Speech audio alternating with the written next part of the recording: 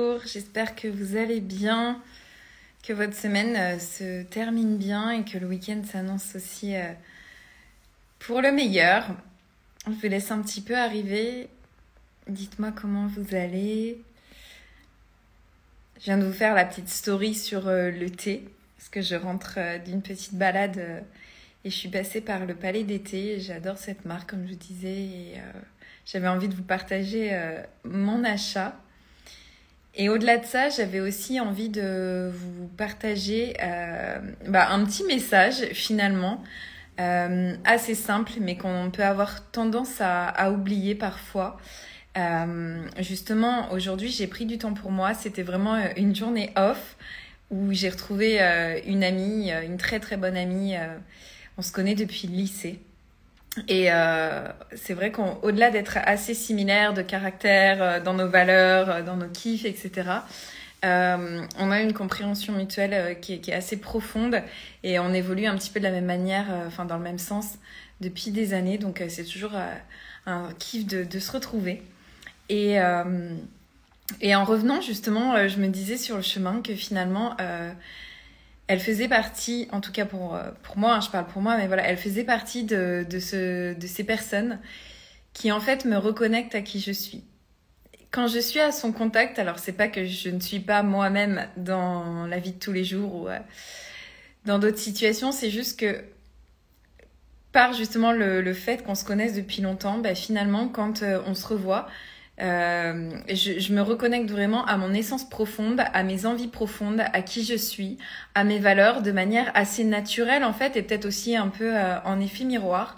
Mais c'est ça qui est beau, je trouve, dans les relations et dans ce qu'on peut construire à travers les liens, les relations qu'on crée. Et j'avais envie de vous demander justement quelles étaient les personnes, là où les personnes qui en fait vous rappelaient qui vous étiez vraiment. Et vous permettez justement cette reconnexion à vous-même, cette reconnexion profonde et de dire mais carrément, mais c'est ça dont j'ai envie en fait. Et c'est une sorte un peu de... C'est pas une validation ou c'est pas d'aller chercher les réponses chez les autres. C'est juste en fait, c'est cette acceptation de... pleine acceptation en fait de qui l'autre est vraiment. Et je trouve ça magique et pour moi personnellement c'est avec peu de personnes que je ressens ça. Mais quand je le ressens c'est vraiment profond et du coup comment je le sais c'est parce qu'après ça me fait me sentir bien clairement. Je me sens hyper bien, hyper apaisée après, je me sens remontée en énergie et je trouve ça magnifique. Donc j'avais vraiment envie de vous le rappeler ou de vous amener justement si c'est pas le cas, à vous demander pour vous qui est cette personne là en ce moment où voilà, est-ce que vous vous êtes éloigné de vous ces derniers temps et qui peut-être vous auriez envie de recontacter ce soir, ce week-end pour justement vous reconnecter à qui vous êtes, à vos valeurs. Et c'est pas forcément parce que comme c'est une amie de lycée, on pourrait très bien dire que c'est reconnecter au passé, à quelque chose qui n'est plus en fait. Parce que chacun évolue, on a des chemins qui sont pas forcément les mêmes que ceux qu'on envisageait quand on était plus jeune. Non, c'est pas ça. Là, c'est vraiment de reconnecter l'authenticité en fait de qui l'on est.